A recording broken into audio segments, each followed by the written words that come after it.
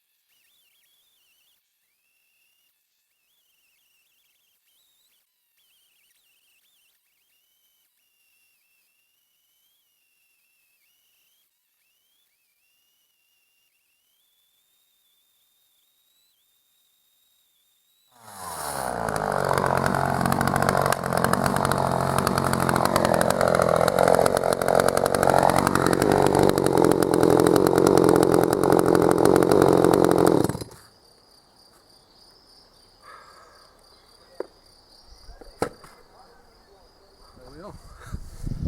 Not bad for a first attempt at chainsaw carving. Pretty happy with that. 2 seats, so time for a glass of wine.